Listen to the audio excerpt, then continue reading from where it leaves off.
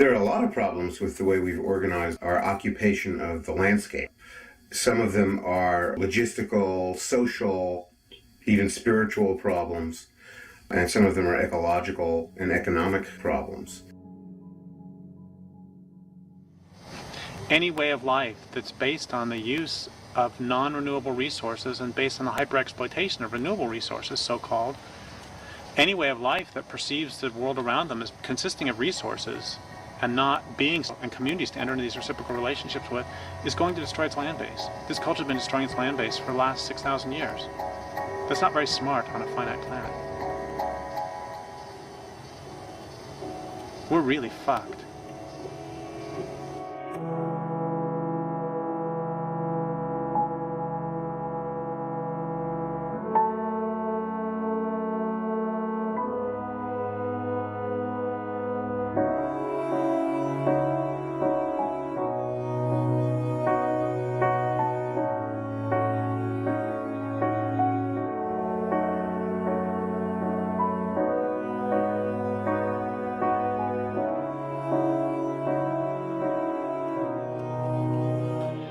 It's basically, these trees are like the structure, they're like the scaffolding that holds up the whole house of a healthy ecosystem. I can say it in words, you can watch it on TV. If you walk through a tree plantation, where almost all the trees are of the same age, almost all the trees are of the same species, they were planted there by humans, they were developed genetically to be what human beings wanted to have. And you see what grows there, you see what lives there, you see what it feels like. You walk out of that and you walk into an old growth forest. That is exactly what used to be where that tree plantation was. It's like a line that runs sometimes, a line where they drew and they said, cut here, not there yet. You walk across that line and you're back on Earth.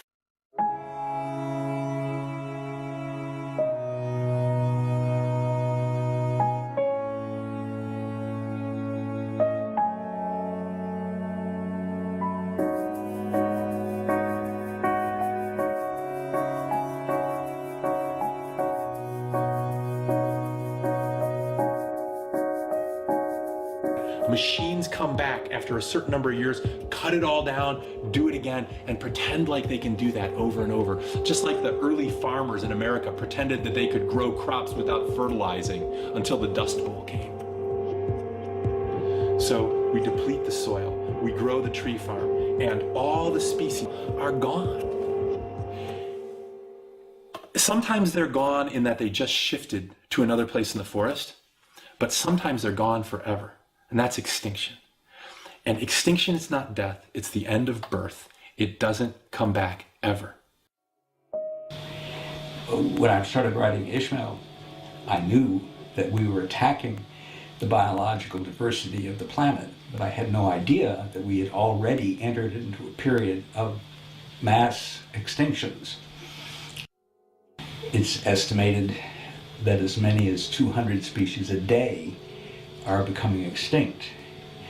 This is roughly 1,000 times the normal rate of extinction. There, of course, have been extinctions throughout the history of life on the planet, but this is what is meant by a mass extinction, like happened in the late Permian period when the dinosaurs disappeared.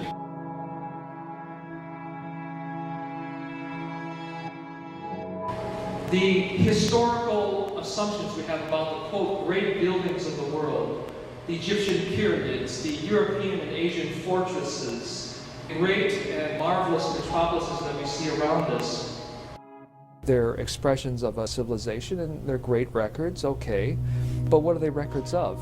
In fact, in most cases, they were created by the oppression of others.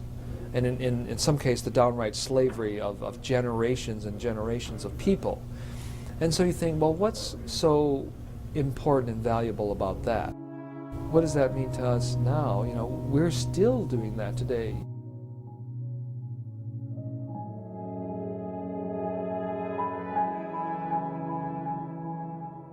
I think Buckminster Fuller summed it up pretty well with the idea of energy slaves, where we have, you know, energy has become so cheap, and it does a lot of work for us.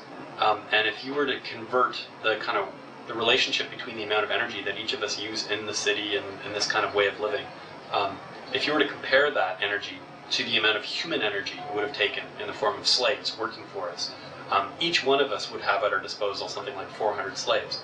Now this was 1960 some odd when Fuller first calculated this. I would guess it's probably double or triple that by now. Like my guess is I'd probably got 1,000 energy slaves working for me, doing all this kind of work for me. That's absolutely not sustainable.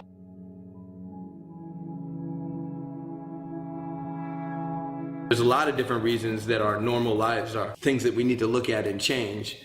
For example, our normal life is ecologically unsustainable. I mean, we are destroying the life support systems of the planet. Our normal life also creates huge disparities in health and wealth, which these are both really important issues. They're not anything that's going to cause us to change society or change the structure of the system. Now, this whole normal life being underwritten by cheap and abundant fossil fuels, this concept right here, that could lead to change. Oil being a finite substance will come to some point where it actually hits a maximum level, then it goes into a declining. At that point where it starts to go in decline, we're going to have to figure out how to make do with less. We don't know how to do that. A lot of people have very high hopes, you might even call them wishes, that technology is going to come to the rescue and solve these energy problems we have and actually allow us to continue running our stuff the way we're running it. No combination of alternative energy systems is going to allow us to run North America the way we've been used to running it, or even a substantial fraction of it. We're going to have to downscale and rescale and resize and right-size and reorganize all of these systems. When do we run out? And of course the answer to that is very disturbing, because it's not really a matter of when we run out, but when we are no longer able to continue the path of growth, when we're no longer able to have more fossil fuels with every passing year to fuel more shopping malls, more cars, more highways. And that time is basically now. America's housing infrastructure is extremely vulnerable to the problem of peak oil. We've built millions of houses that have to be heated with fossil fuels. So how are we going to heat all of these houses? Most of us are living in places that get really cold in the winter. I mean, you really can freeze to death in places like Iowa and Minnesota and upper New York State. So we're going to have to figure out an alternative to the standard American house and do it really quickly.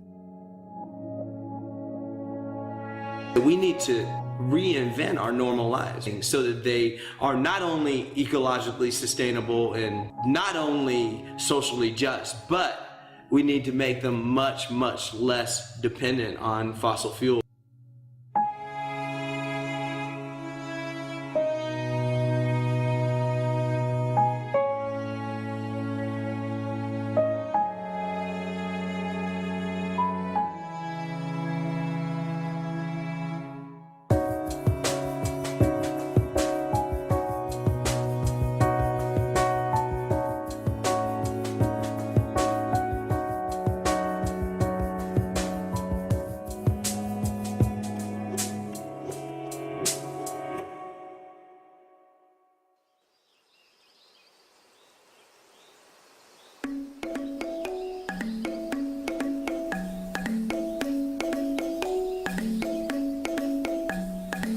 naka da kira ku ya ban shi ya amina an ya da ni shi da ban shi da aji ba da san sana ka bin kamar kan kana ka bin yan no naka ma ba da ban yan no kuma ko ya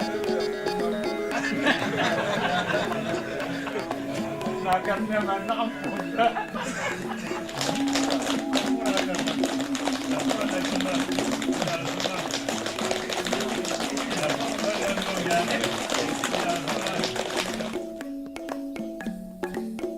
I show pictures of people quite a bit because I find there are still lingering stereotypes of what the third world is about, and part of my job is to dispel those stereotypes.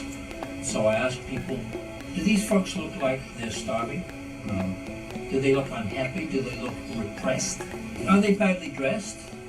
Are they the vision of the third world that is projected to us by the media?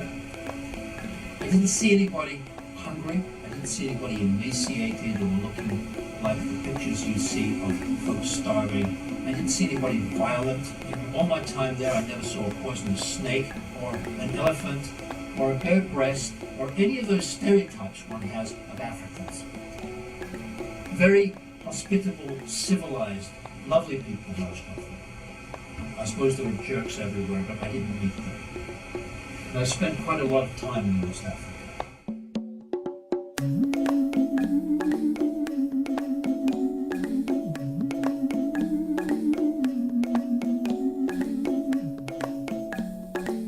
All over the world, people are just people.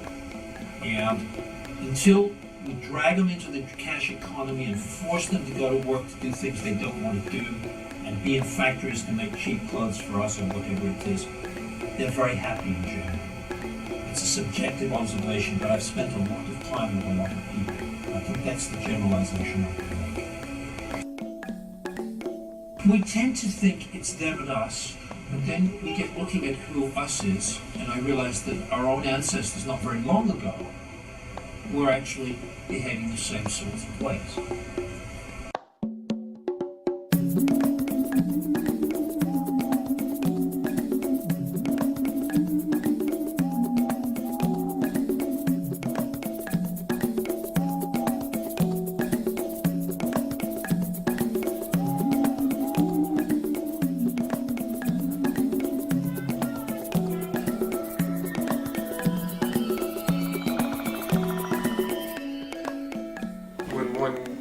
Spends any time in Africa, there is oftentimes of necessity, a connection with the natural scheme of things. The sun, the wind, the water, the earth, a very direct relationship where you're actually having all five senses constantly engaged by those major natural elements.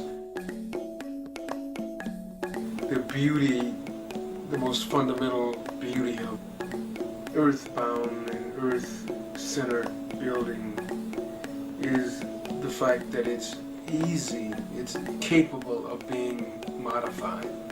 So as we keep growing and keep asking questions and keep hopefully becoming slightly wiser about something beyond our grasp, we decide to shift our physical resources, including our buildings, in a certain way. We want to do something to them to reflect this new awareness. The earthen building allows one to do that relatively easy and in a way that doesn't compromise the open-ended integrity, really, of what that design is. It's sensuous to the hand, all that. It's gravy. I think the cake is, you know, even as you're doing it, that when it hardens and dries and it's polished and impregnated with the proper finishing coats, that it isn't finished. And you aren't upset. You know it's capable of being further enriched. And it's just a good feeling.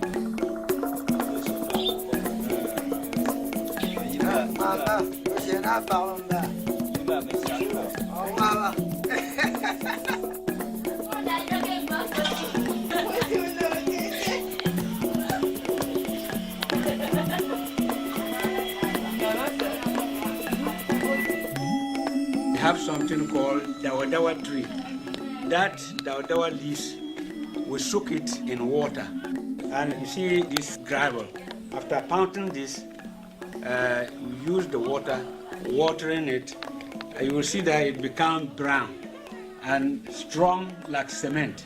So locally, if we don't get cement, that's what we do. And so cement is a new technology. But this formerly what we used to do. Up till now, some of us are still used in it. And it's very good. It's very hard like cement.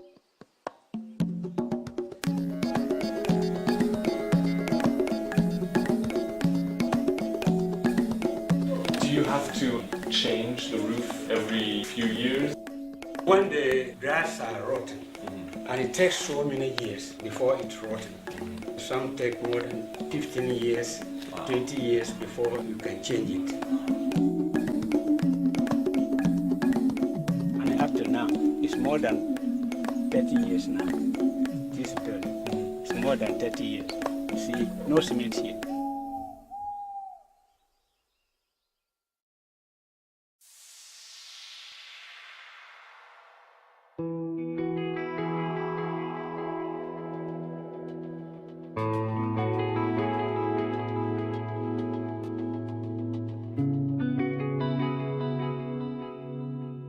Here we are in Taos Pueblo, my home.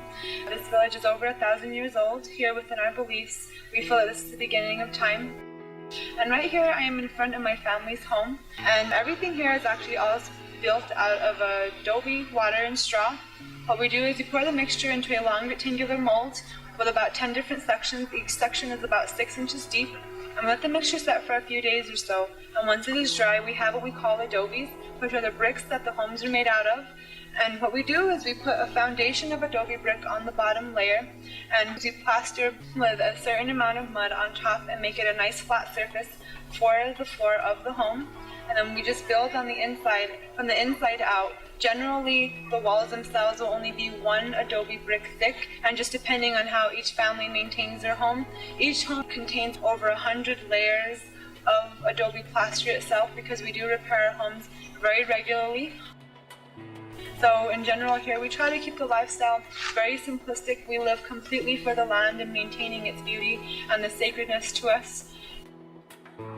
A majority of our maintenance process here and the building itself is pretty much well known throughout the tribe. Generally, we try to encourage our youth before they reach the age of 16 that they do know how to make adobe brick, because that within itself is a very important legacy of our people here. Maintaining the culture at the same time and the beauty of home. So generally, adobe brick and the process of making the home and the process of plastering is pretty much known by all youth by the time they are reaching the age 16.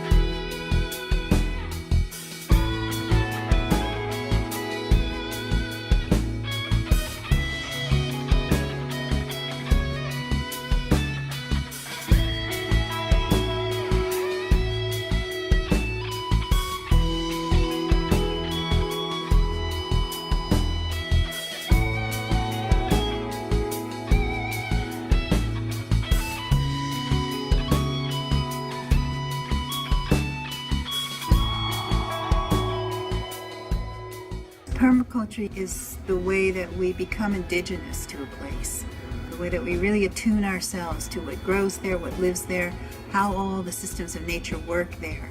And part of that has to become how we inhabit that place, what shelters we build for ourselves, how we actually live on that land. And that's what I love about natural building.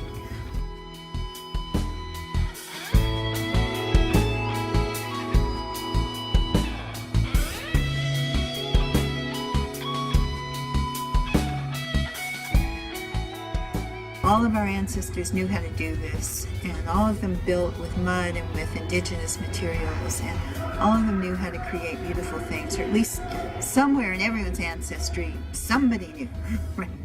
And to just call those ancestors in and ask them to help guide our hands.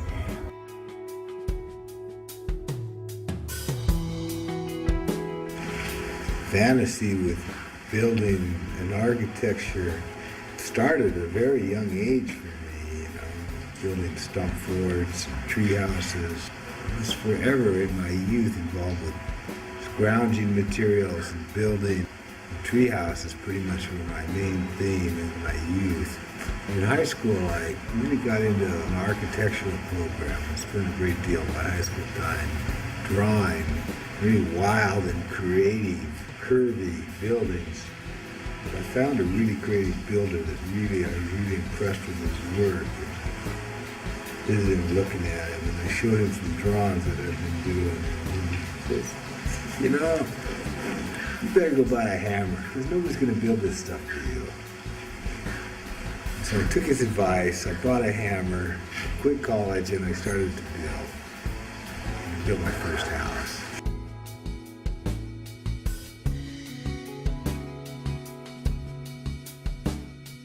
Like I said, once I found college, this is what I've been looking for all my life. Low cost, inexpensive, sculptable material that you can build with. And cob was everything in that regard. And the beauty and the shape and the forms that we can do with cob, you can't do with any other media.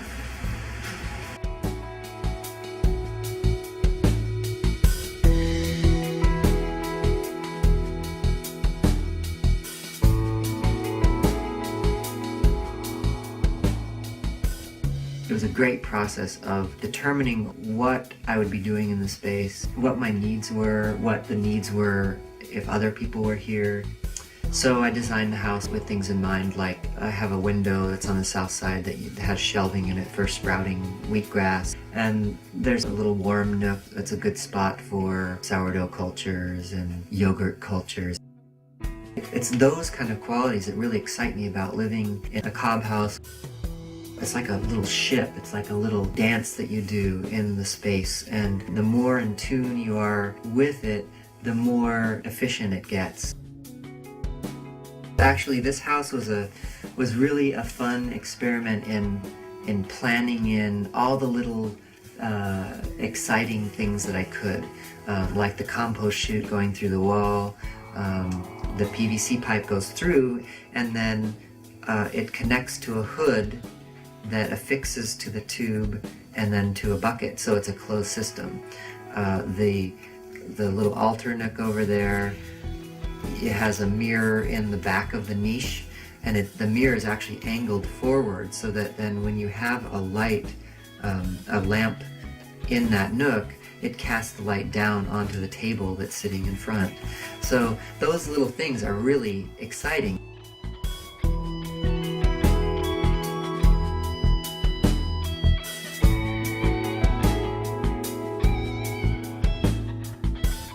All these things are ancient materials. They're somewhat ancient techniques, but the buildings that are resulting now are thoroughly modern. They're modern structures because we're using ancient materials, but we're applying them in a modern context and a modern design. And so we're coming up with buildings that are way, way more efficient. It's not about going back into the dark ages. It's about taking these materials and moving very much into the future. What I think this whole natural building movement is about is building small, building economically, so that then you have the time. You don't have a 30-year mortgage that way. Yes, it took time to build it, but ultimately not having that debt is going to give you more free time to do what you want.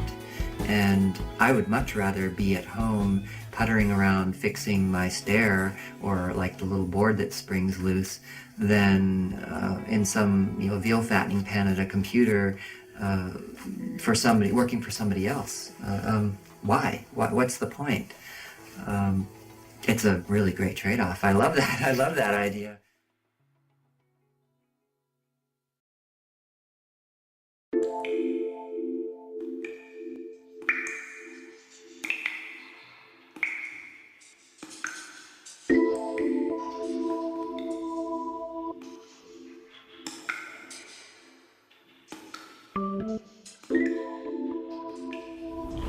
Earth is the building material of choice for 1/3 of the planet. It's alive, it purifies toxins, it is of the place, it has incredibly low embodied energy. It's probably the best building material from a sustainability perspective. It passes the acid test if you do life cycle analysis on Earth materials. If you just look at all of the energy, water, and materials impacts over the entire life cycle, Earth wins, hands down.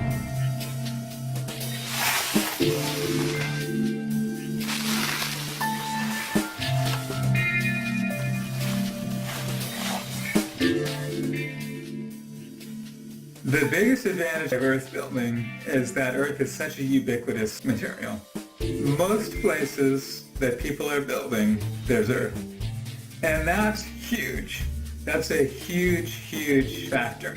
I think it's hard for people who are raised in an industrial society where energy is very, very cheap to understand the significance of that fact, because we're used to thinking nothing of moving huge amounts of material, including very heavy material, very long distances. But traditionally, throughout the history of humanity, that has not been an option. And it's very possible that that will come to be less of an option in the near to middle future, even in wealthy places like the United States. So just learning to build with the stuff that is there on the site is an incredibly valuable thing.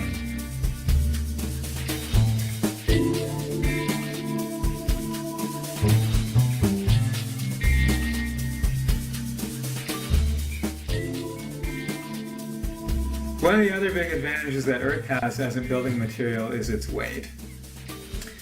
Because Earth is a massive, heavy material, it has the ability to store heat, or conversely to store coolness over a long period of time. A heavy earthen wall takes a long time to heat up and a long time to cool down. And it turns out that that's critical for efficient passive solar construction. If you want to build a house that is going to be heated mainly with the sun, you need a way to store the heat that's coming in from the sun during the daytime and keep it in the building to release during the nighttime, which is when you really need it. In the daytime, the sun's out, temperatures are high, everything's good. But at night, temperatures are going to drop. You're a lot more likely to be inside your house at night, and that's really when you need that heat.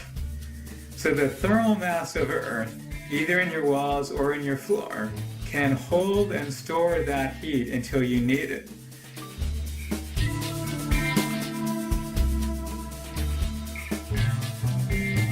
There's a technical aspect to building with Earth that makes it very accessible to lots of people. Most of the earthen building techniques are so simple that people can learn how to do them in a matter of hours to days.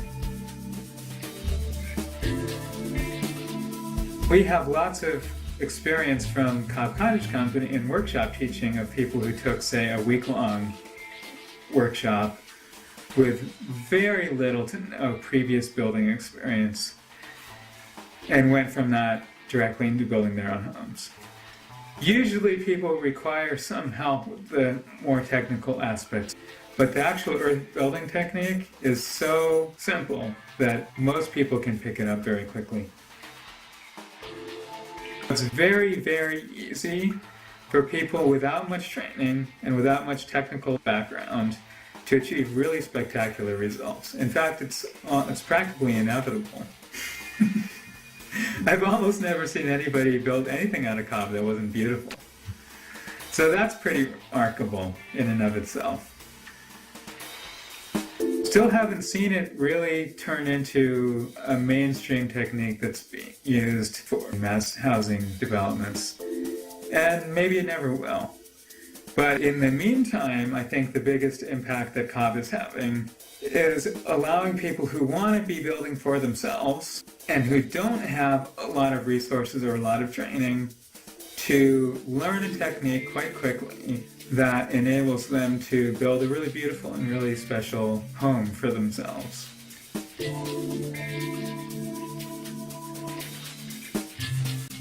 I really do see two worlds. Architects are simply unaware of Earth in all of its forms and variations. They're not specifying it. They're not encouraging their clients to build with it. And then there's this whole world of renegade builders or people that are really fundamentally activists or working from the heart and want to change the world and are deciding, I've got to learn enough about building so I can do an earth building. I don't need to be a builder my whole life, but I need to do this building.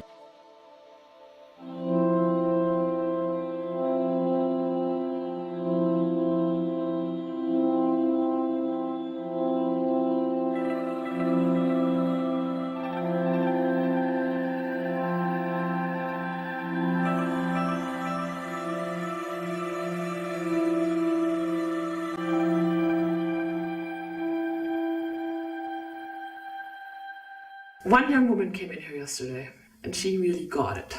First of all, she suddenly felt that she didn't have real life skills, and that learning how to build like this would be a really valuable skill and fairly easily obtained. And that reminded me of how I felt. Even though I was an architect, I didn't really know how to build a house. In theory I did, but I had no idea. And when I came out of that co-op workshop, that my world had changed, because I felt like I had the power and the know-how. And it's not know-how, it's know-how in the hands to do it. And that changes your world.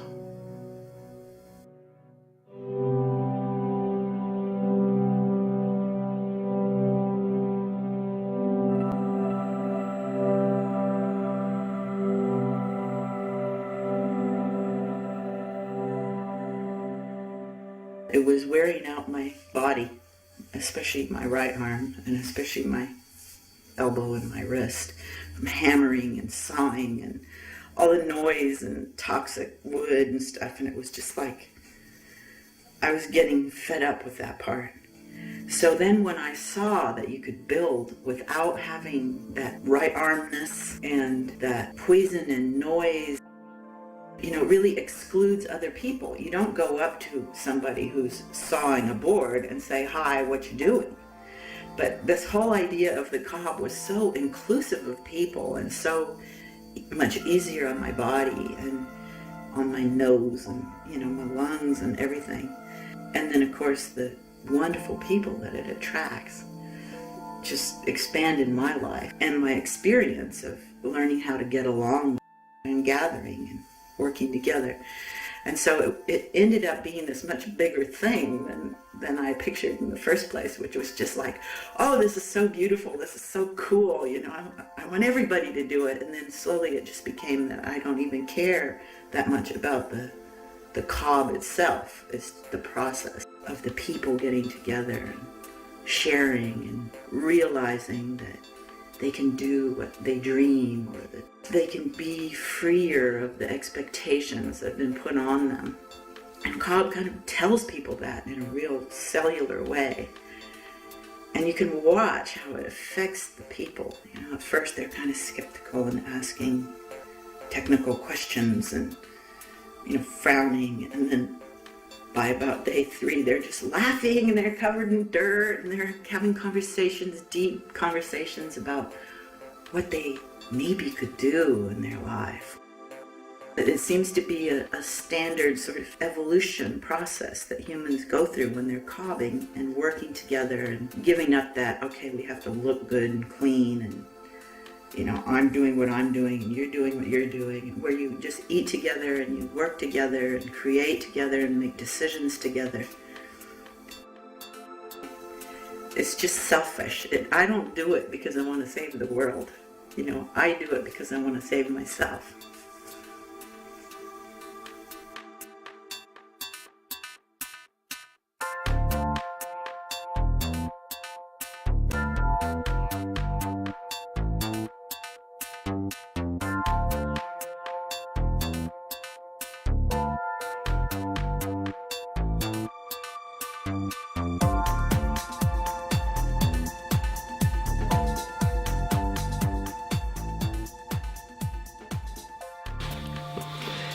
Well, about 14 years ago, I didn't have a roof over my head. I got divorced and I had about $4,000. One of the things that was most important was to get that roof over our head. I was advised by friends and family to get a little mobile home and park it either here on my parents' property where I'm at or somewhere else. And I just didn't want to. I felt that I had learned a way of building a house. I had taken the first cob cottage workshop and had learned how to build cob, and I felt that if my parents said I could park a mobile home on their property, why not build my own little house? So I did.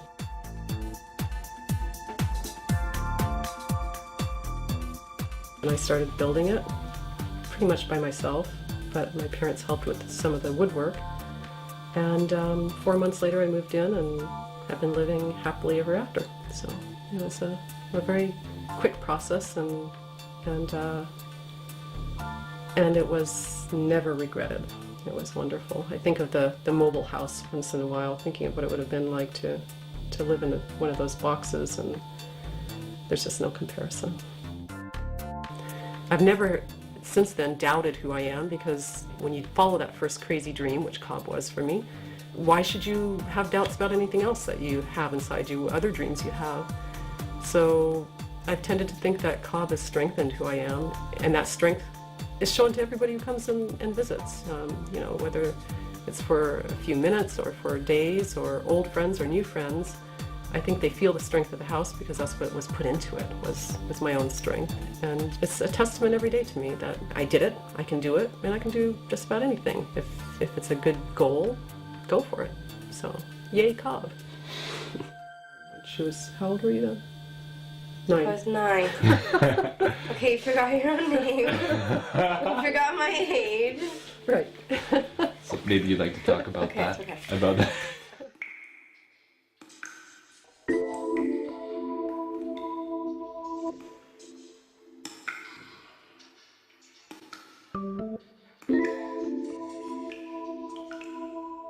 What I did is I went into my county building department with my very pretty simple sketches. And I said, so I want to do this. What do I need to do? Will you accept these or whatnot? And they said, well, you need to give us plans that are stamped by an architect. And so I said, okay, off I go to an architect.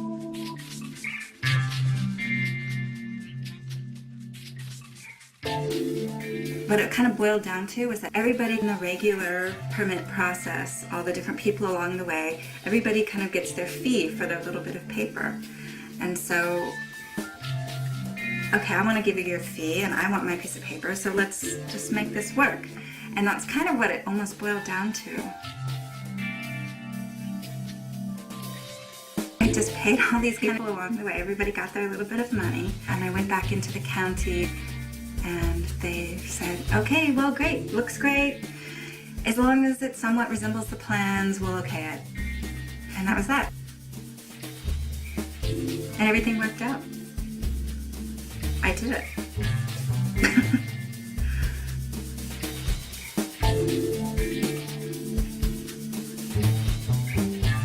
I had been fortunate enough to live in this incredible space here in Vancouver, in this very, very large garden. So we had the space to build a small cob structure, so we thought, let's do it. To date, there had not been a cob house built in Vancouver, so it was the first one. So we thought this is a great opportunity to do something in the city.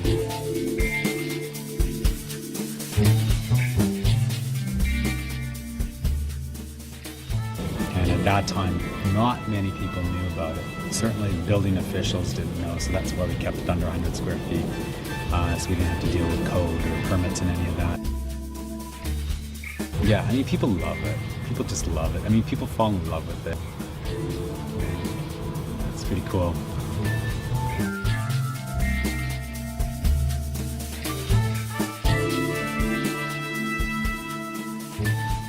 After this project, I worked with the community garden group, and we put a proposal together to build a small gathering place in one of the local community gardens. The arts and culture representative with the Parks Board thought it was one of the best proposals that she'd seen. A year later, there was the opportunity to build a popcorn stand in Stanley Park. The Parks Board approached me to build that building, and of course I jumped on the opportunity. I mean, Stanley Park is the premier park in North America. It's one of the most beautiful parks in the world, and thousands of visitors go to Stanley Park yearly. So it would be an amazing opportunity to showcase cob building. So it was very, very exciting. But I think we're at a turning point in the city where the city is seriously looking at sustainability and really interested in showcasing sustainability projects. So it's great timing now to get involved in COB.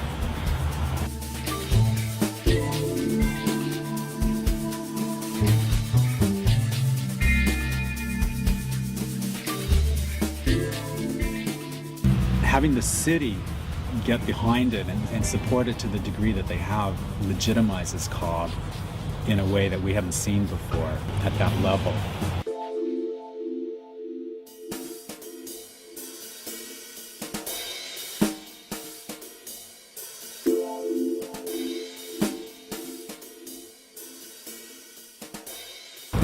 As well, the university was very interested in doing some seismic testing, and they made available their labs, the seismic shake table, and everything for us at no cost. So Steve Lay, who was my partner in the project, he coordinated the seismic testing, so he built a scale model, and we were able to test it.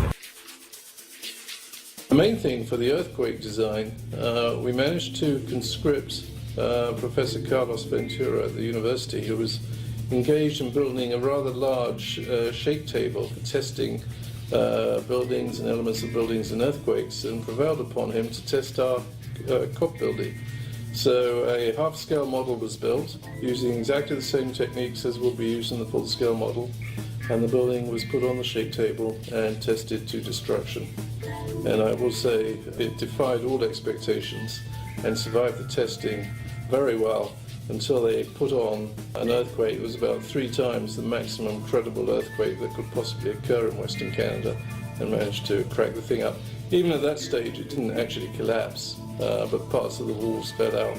But it would still have met the criteria of the building code that the building did not collapse, and people, any occupants, could evacuate the building without injury.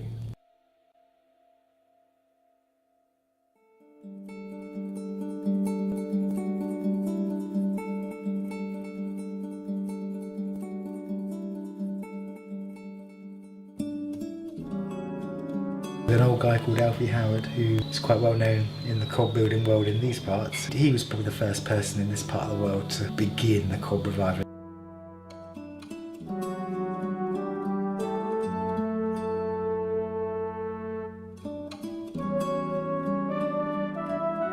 In 1936, they got a church wall, and over the years, the weather had put paint down.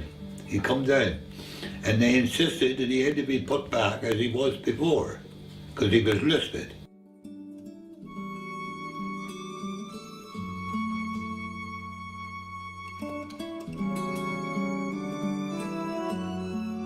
My father got a building business then, and they got hold of my father to do it. And he got my oldest brother and me up for doing it. And he taught us how to do it. Because he'd learned it from his father, that would be my grandfather, and that's how it's come to starting Cobb. That was in 1936. Well, it's the simplest thing of all. You'd be surprised what you can put up in a day. It really is. Well, see, that's only 8 years ago, wasn't it? But treading Cobb, when it's got any big job on, I usually have make a pen and put 2 little bullets in there and get somebody to keep them walking, say, and they tread the Cobb.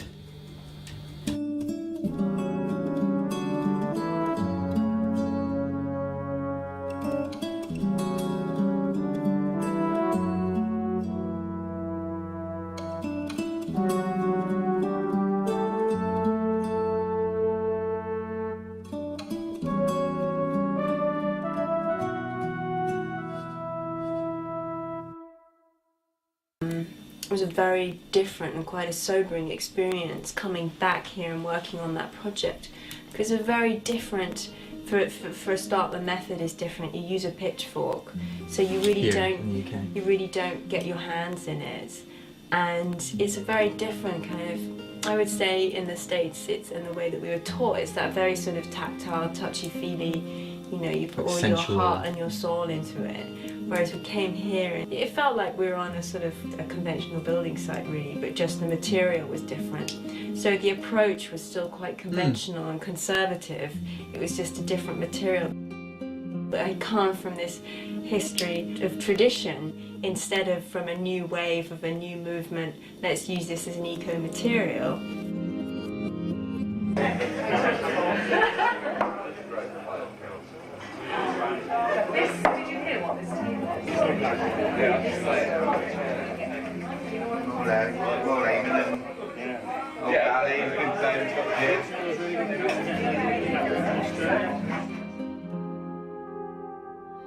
So we're literally, with a pitchfork, taking big scoops from the pile and placing it onto the wall and positioning it, scooping it, positioning it. So we're not actually using our hands, we're actually using a utensil, a tool, to actually pick it up and do that. We find that it's much quicker, but you don't have the same interaction that you normally would, you know, with actually picking up with your hands and mixing it by your feet. You know, it's a different connection that you have with the material.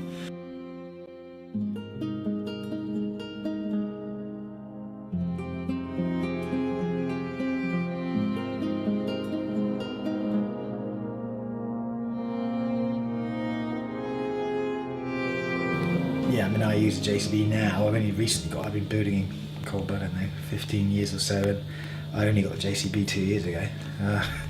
Mind you, I'd never look back.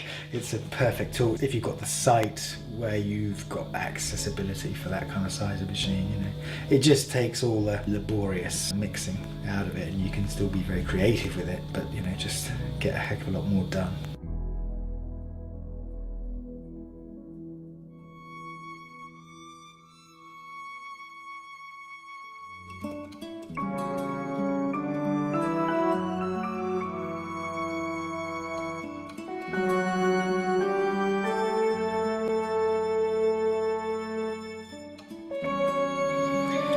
Well, this whole structure has been designed by an engineer, or at least, you know, I might have designed it, but he's checked it all, he's designed all the beam sizes, he's designed the roof structure itself. I mean, basically, cob is incredibly strong compressively. In terms of, say, a concrete block, it's about a third as strong as a standard concrete block. It's at least 1 Newton per square millimetre in terms of compressive strength. Considering you generally tend to build quite wide walls anyway in a building which needs to be well insulated, so you can spread the load, any point loads, over a bigger area. It's really not an issue whether it's structurally up to it. I mean, it's easily structurally up to it. The sites are very expensive in this part of the world, so you kind of have to make the most of a site to make it economically viable. I mean, this house here, you know, you're £1 million house. They're very valuable properties in this part of the world, really. We're not looking at cheap housing here, it's high quality end of the market. I come at it because I think it's just a great material to use, you know, and a more satisfying way to build. It's something I can feel happy with to leave behind, you know. But I also think it's quite important to be part of the mainstream and bring it in, because it's taken more seriously by everybody then.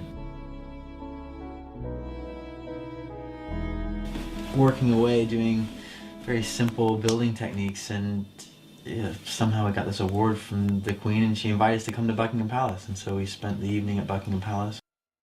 She just said that she was very interested in what we're doing and reviving traditional skills and traditional crafts. And people who are dealing with hierarchy and people who are in governmental system and building system, you know, they do sort of perk up a bit if they know that we're dealing with those sort of people. You know, they'll take it a bit more seriously, especially when it comes to building codes and things like that.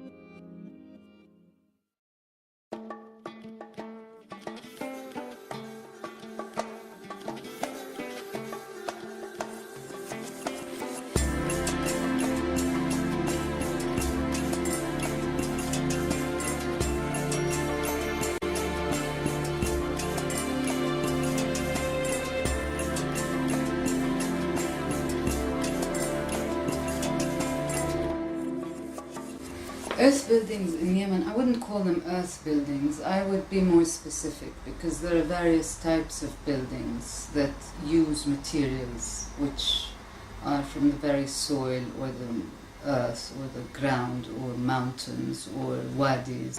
Regarding mud brick architecture, which has been my speciality or point of interest for the last at least 25, if not more years, I've worked in some great detail at establishing how these buildings are made.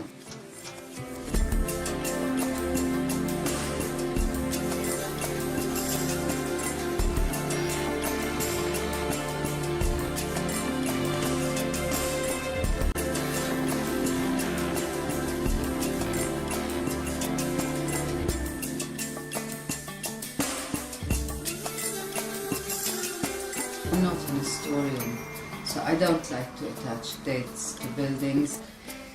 The buildings I've worked on definitely go back to 200, 300 and some more years, but we know for a fact that these buildings have been there since pre-Islamic times, so we're talking of civilizations as old as Saba, Queen of Sheba. And I think if you go back to Genesis, you'll find the mention of both Shibam and Tarim and Hadramut in the Torah. Now how they're made is extremely complex because Yemen is one of the most sophisticated civilizations that has maintained and continued to construct its buildings and its architecture with these materials. When you've got 7 and 8 and 9 floors constructed in sun-dried mud brick, it's already a huge feat, both engineeringly and construction-wise, and when it comes to design, it's superior.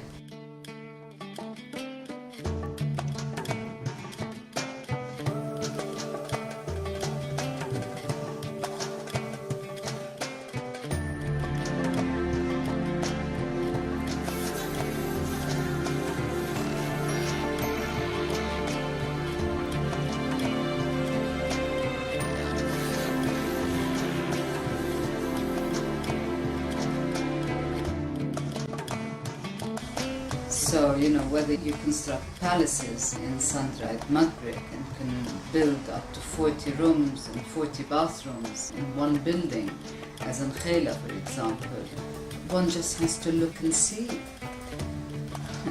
why and what has made this so incredible and amazing.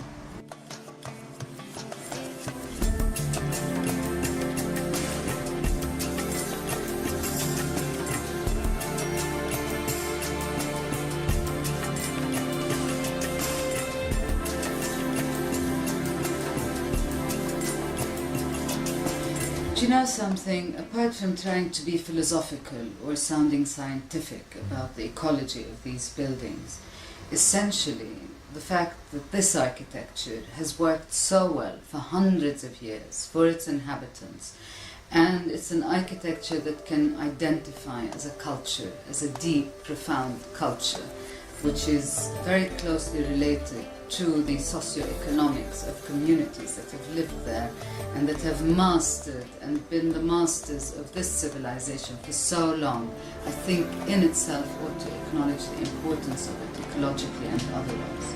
I think the best way to compare it ecologically or to discuss it or identify it as ecologically viable or sound or sustainable is just compare it with the ugly, mediocre imported Western forms of buildings that are being used there, which are commercially viable because they fit into a more speculation market kind of economy. Culturally devoid, completely. It's not just that they are great because they're ecologically important. It's not that they are great because they are cheaper to build and because people know how to construct them. But it's because there's a very strong cultural, economic, social discipline related to the entire matrix that is built around them, which makes these places very important, and it makes these places exceptional, and it makes these places comparable to any other beautiful city that you find in Florence or in Italy in the countryside.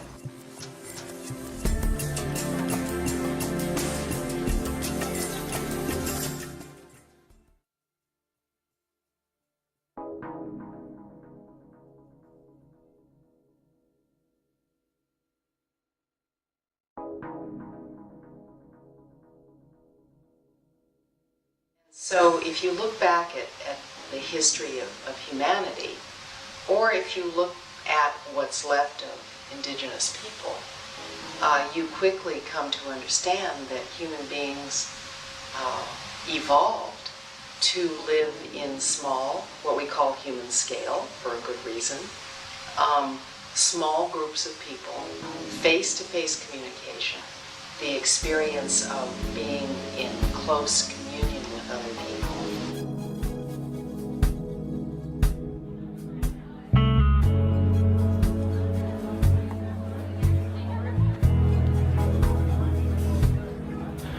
if the kind of hunger for materials that speak of a place and the human hand and so on are powering natural building right now, there is absolute starvation in the culture as it exists now for community interaction.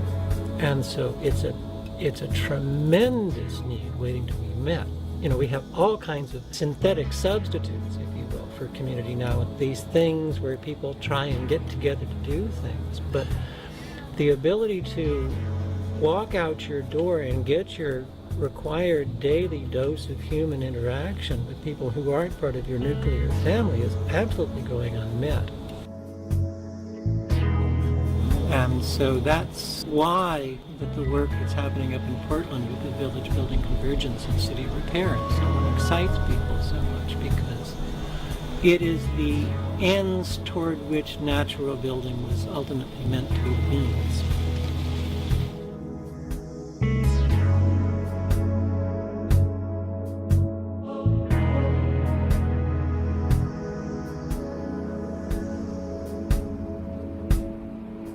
None of the people who have ever lived on this street or who will ever live on this street have ever had a say in how their lives would be organized. None of them ever said, for instance, hey, let's move the functions of living away from the functions of working. Let's disintegrate those things so that when we come home at the end of the day after working with people we don't tend to get to know, let's live among people that we don't tend to get to know. No one ever said, hey, let's make everything bilaterally symmetrical as far as the eye can see, north, south, east, and west, and let's do it to every city west of the Ohio River all the way to the Pacific Ocean. San Diego, Seattle, Portland, St. Louis, Chicago. What effectively happened was the great commons of this land was converted into a commodity. Locating the great commons there in the intersection is just simply to recognize that where our pathways come together, so do our lives. This is the most profound principle of urban design, the intersection. The idea that you enable people to intersect however you can to enable them to communicate and to meet each other, to facilitate events, things that happen. It's about facilitating communication, not just the movement of goods and services. It's about helping people to build relationship. Everything goes on in the piazza, and I suppose you could say conversely that if you don't have a piazza, if your neighborhood doesn't feature even one public square, how much is going to be going on? That principle of build it and they will come, or build it and something will happen. What if it's not there? What if you think you have freedom of assembly and nowhere to assemble? In fact, in the United States, we have fewer outdoor gathering places and indoor gathering places than probably any other country in the history of the world. And also the most acute social isolation and its associated problems of any first world country. I'm going to take you into Portland, Oregon now to show you our great experiment with that city.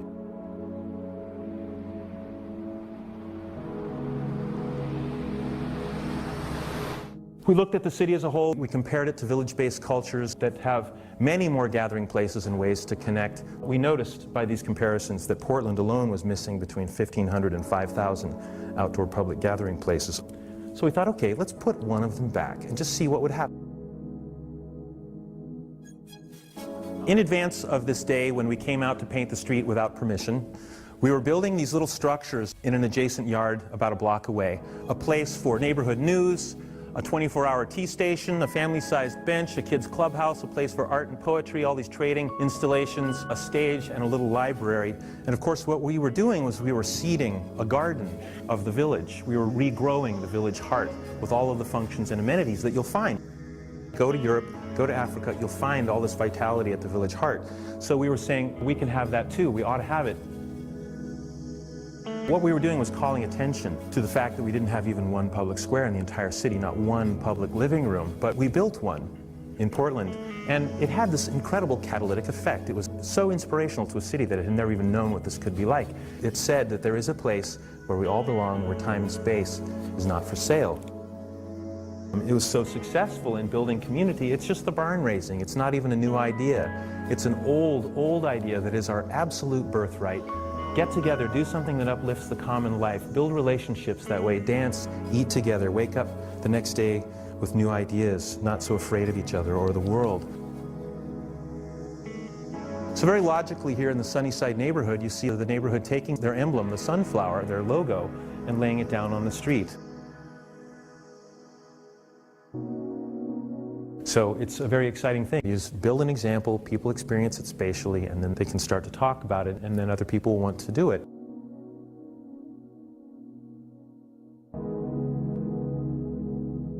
That location doesn't even need a stop sign.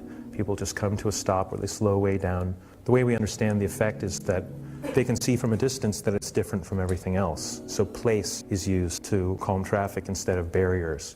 And it just calls out that people might be present.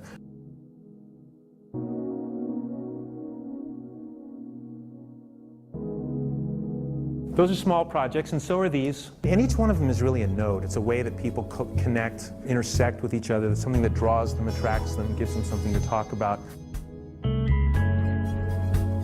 Here again, another household giving up part of their front yard to create a little gathering place for the community. So people actually perceiving that they can go over the lines and invite other people, even strangers, to come onto their space, to just linger for a while, overcoming their fears.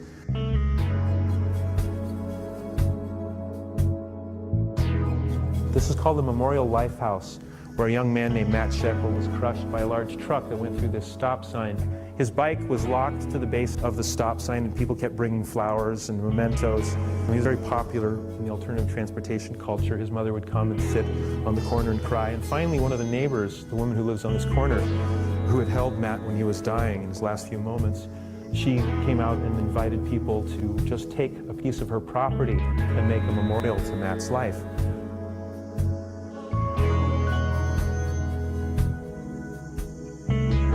Poetry Plaza, a place where this woman in the green dress gives up her front yard for local students to come and write poems, for people to leave original poems in that little mailbox there for people to just come and take and to leave.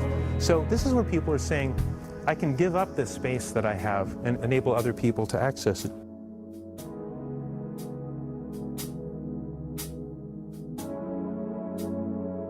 This is one of the biggest things that we've ever done. This is a building that's made out of all recycled and natural materials. Even the steel is recycled. It's a facility that takes stuff that's going to the dump, filters it, and sells it back to the public. Old 2x4s, toilets, stuff like that. Tons and tons of stuff goes out of the waste stream, including what the building itself is made out of.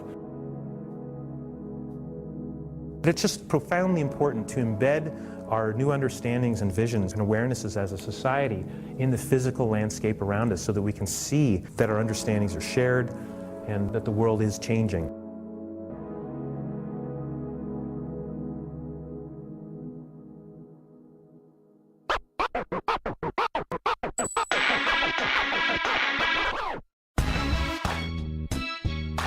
We're sorry, the number you have dialed is not in service at this time.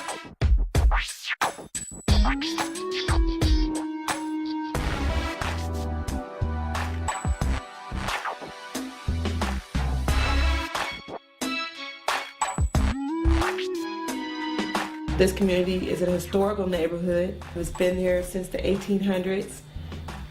Many of the people in this community were part of the neighborhood that would feed its community, part of the Black Panthers. I mean, just a whole community of people. This was once a thriving blues community. So if you can imagine people, it was barbecue in this community, you know, fish. You could come down here and get, I mean, just any type of down home food that you want to get. And now those stores are, you know, slowly dwindling. But Oakland during the 50s and 60s was a mecca for Black people simply because of the jobs. People moved here in the 40s from the South because of the war effort and the factories that existed in the Bay Area for people to move to, and those factories ended up producing other things afterward. They quickly were shut down. It left a large section of the working class, mainly Black people in the Bay Area, having to find other forms of income. There hasn't been any big production jobs for Black people in Oakland for a good 40 years when plants started closing down and being moved to Mexico for cheaper labor. You know, it used to be that since they did have some industry in Oakland, they needed Black people to be close to the factories and things like that. Well, we don't got that anymore. So we don't need the Black people in the cities anymore.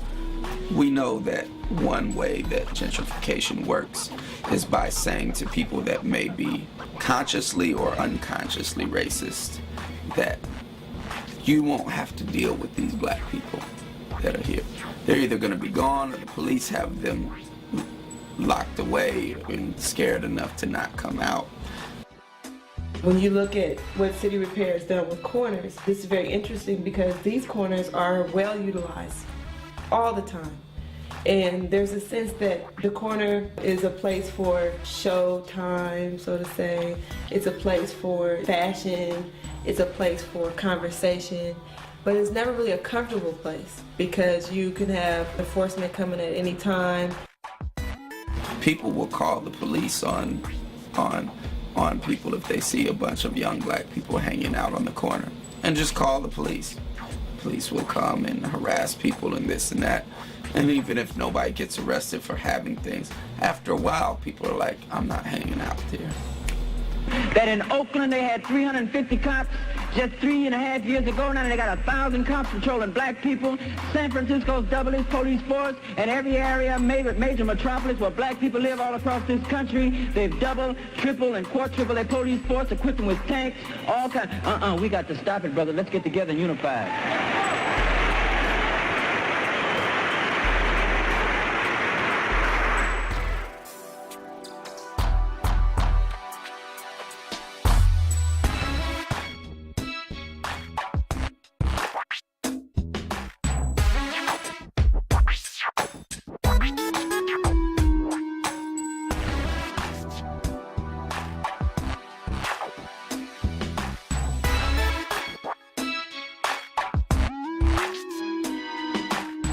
The first thing I thought was, seriously, it's like a new revolution. I thought of communities becoming involved in something that they hadn't ordinarily become involved in before. It seemed like a movement that this community had seen before, but in a different sense. It meant that there was more connectivity between each other. There was more communication. And the idea is that some people will move in and integrate into black neighborhoods that really want to be part of the community. But the way to fight this taking over of a neighborhood is to make art and make things where the neighborhood can congregate more. And that if you're going to come, you're going to end up having to be part of the community. So if we create art and create things that make more community, rather than just beautify the property, but beautify the ways that we can interact with each other, then that will in turn beautify the landscape and the property too.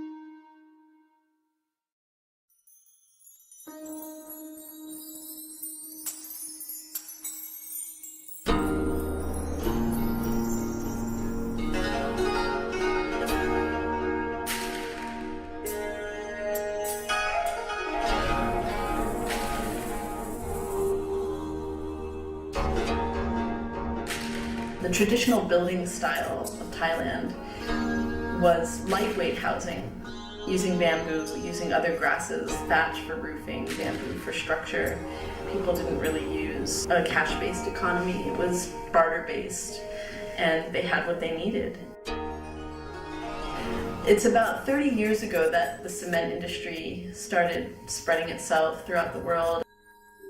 People were drawn to cement housing, concrete, because it's more permanent and takes less maintenance and care than something like bamboo. People, farmers and villagers who had always had within their villages the resources to take care of themselves and their families were beginning to depend on the dollar. The reality of housing oneself and housing one's family meant that people were going into lifetimes of debt. Earthen building came in as a replacement for that.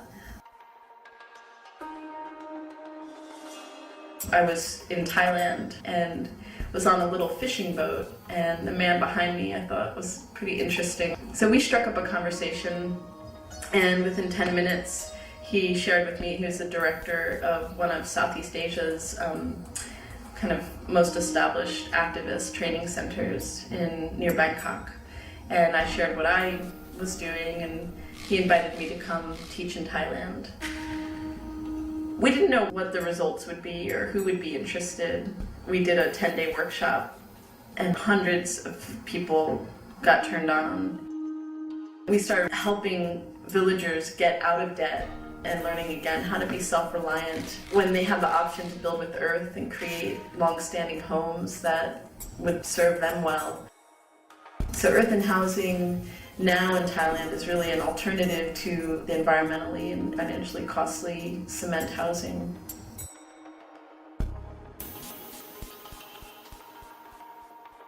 We were looking for who here could help carry this work forward so that we can remove ourselves from this process or become more of just support for work that continues on, that Thai people themselves take it and run with it. We worked with networks that were teaching farmers how to get out of debt, become self-reliant, and they have now built natural building into their self-reliance curriculum. I think they're up to about 18 centers throughout different regions of Thailand. At each center, they teach something like 600 people per month. So 600 times 18 per month times 12 months. So they're teaching tens of thousands of people a year in Thailand. And part of that curriculum is natural building. Yeah, and the story in Thailand is fantastic. It's really an incredible success story of natural building and a larger natural building movement and the way it can help transform on a deep social level. It's wonderful to be involved with this work and do a program or a project and watch the exponential potential of what can happen.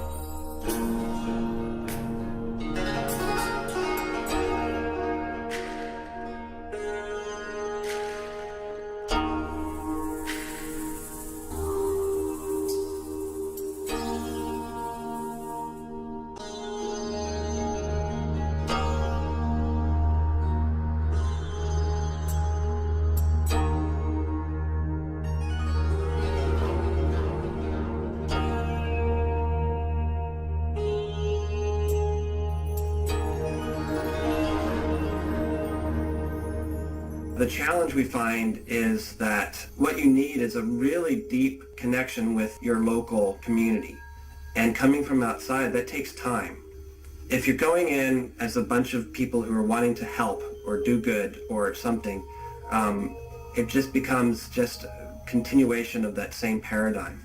But once you realize that if you're traveling to a place, you are getting as much, if not more, out of that experience than the people that you are working with, then it becomes more of a two-way street, and there's a sense of partnership for a mutual goal.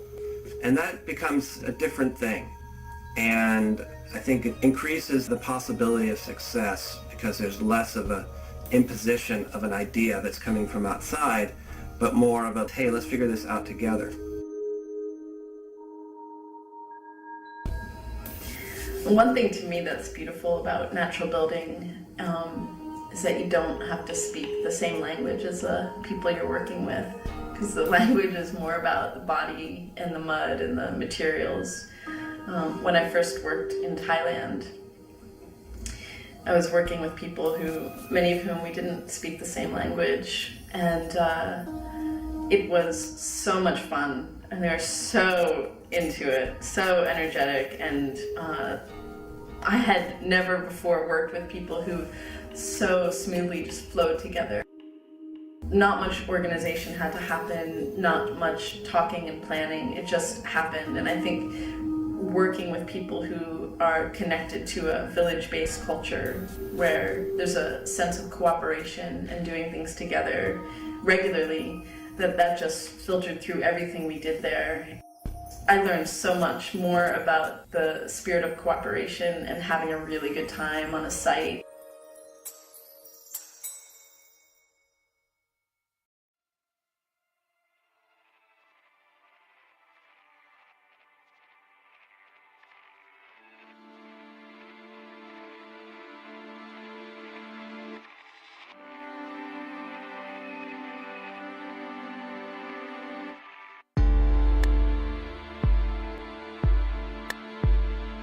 There is one measure by which we will be judged by the people who come after, and that's the health of the land base.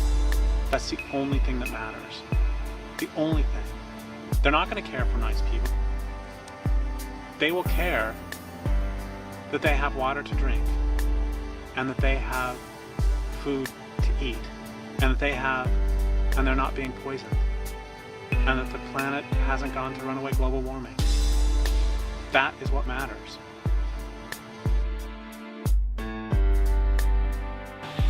But until people understand that, you can argue with them all you want, and you won't get anywhere. They really have to see that and accept that before you can have any sensible conversation about what to do about that. And so long as people remain oblivious to this fact, you can argue about other things all you want.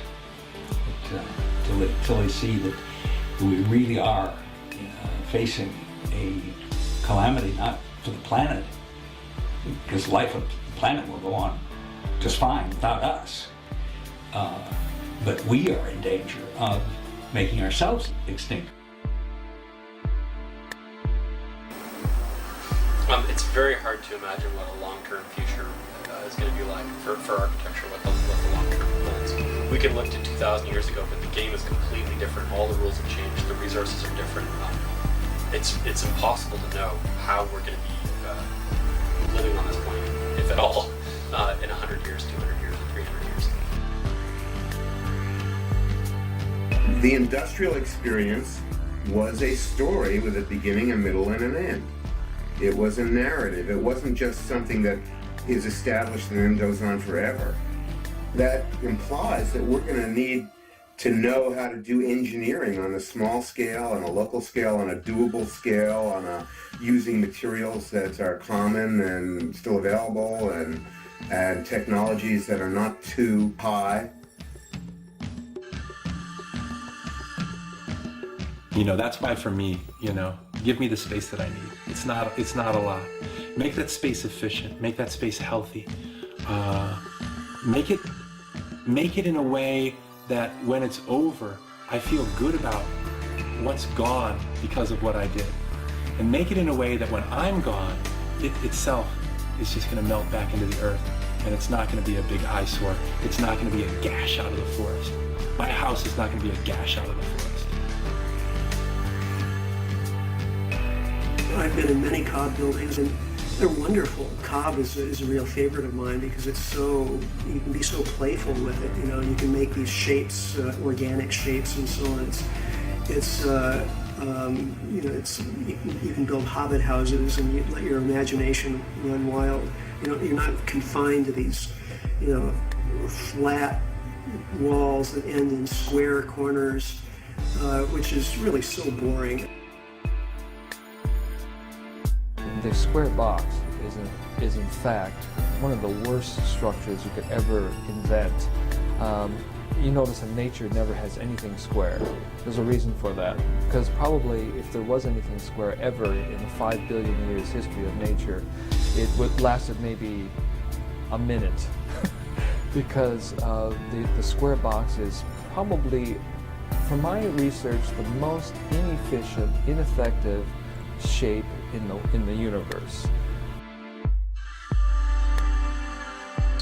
We need to reinvent these ideas around sheltering ourselves such that it allows us to enhance community, because in the energy scarce future, the real social security will be being on good terms with your neighbors. So we need to figure out how our living arrangement can support that, can support us being on good terms with our neighbors, being friends, being there, showing up for other people who live near us. Is it possible to offer people a different cultural paradigm that says what's really important to us is our relationships with the people around us, our relationship with the place that we live, our relationship with the stuff in our lives that we eat, that we clothe ourselves with, that we build with.